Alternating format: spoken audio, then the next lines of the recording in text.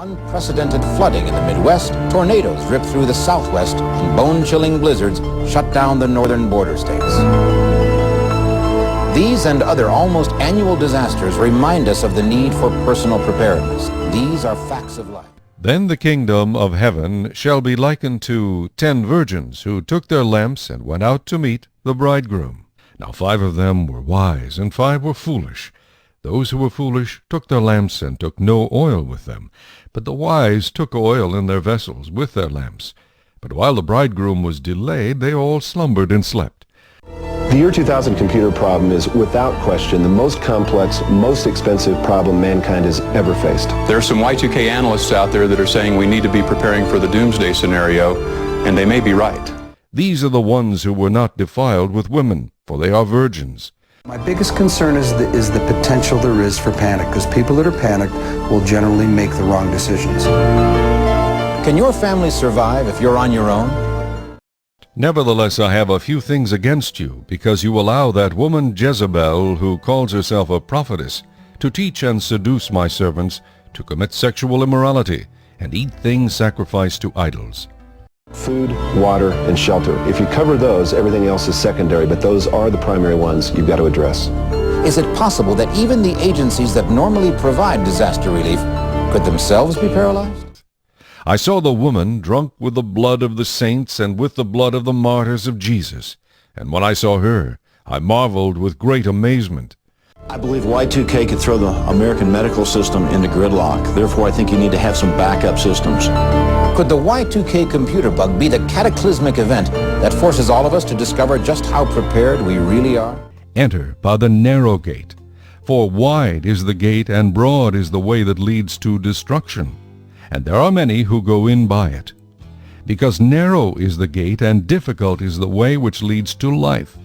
The truth is, no one really knows how bad it's going to be, and it's really not about trying to predict the future with accuracy. It's about risk management. What we need to be asking ourselves is, how bad could it be, and are we prepared if that happens? We have fire insurance on our homes, not because we expect a fire, but it's just prudent to be prepared in case there is one. Will you be ready, or will you be sorry you didn't act in time?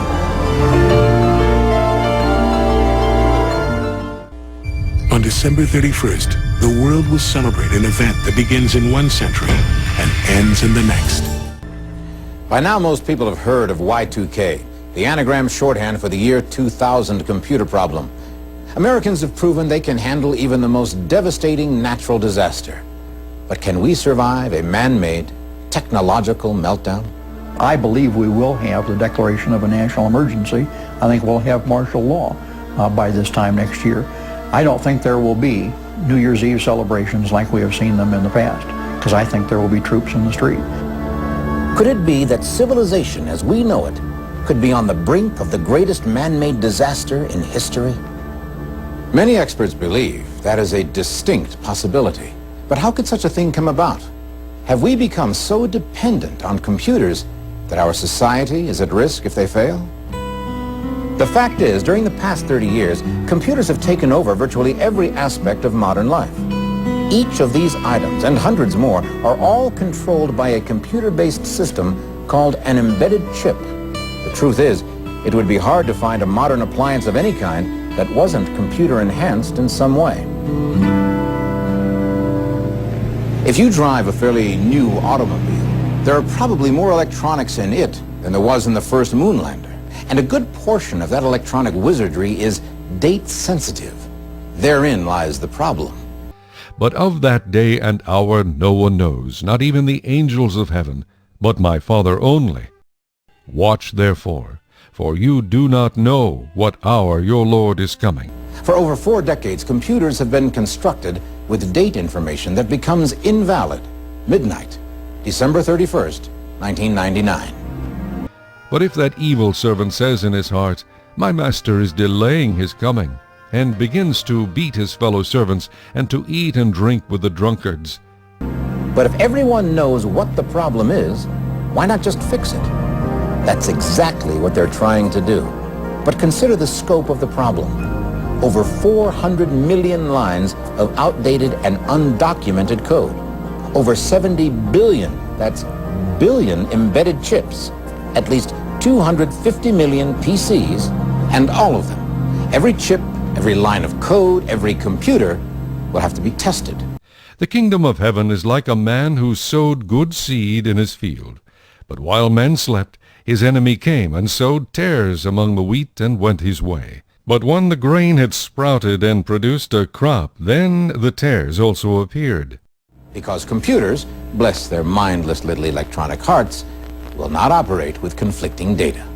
Some of you will undoubtedly think, that's no big deal. Let's consider one example.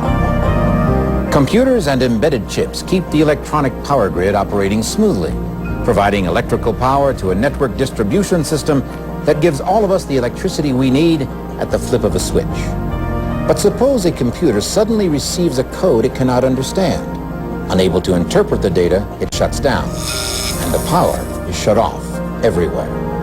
Not just in your town or even your state, but everywhere. The massive disruption to society and our way of life would be hard to overstate. Rest assured, government and industry are doing everything they can to fix the problem. But in the event they don't make it,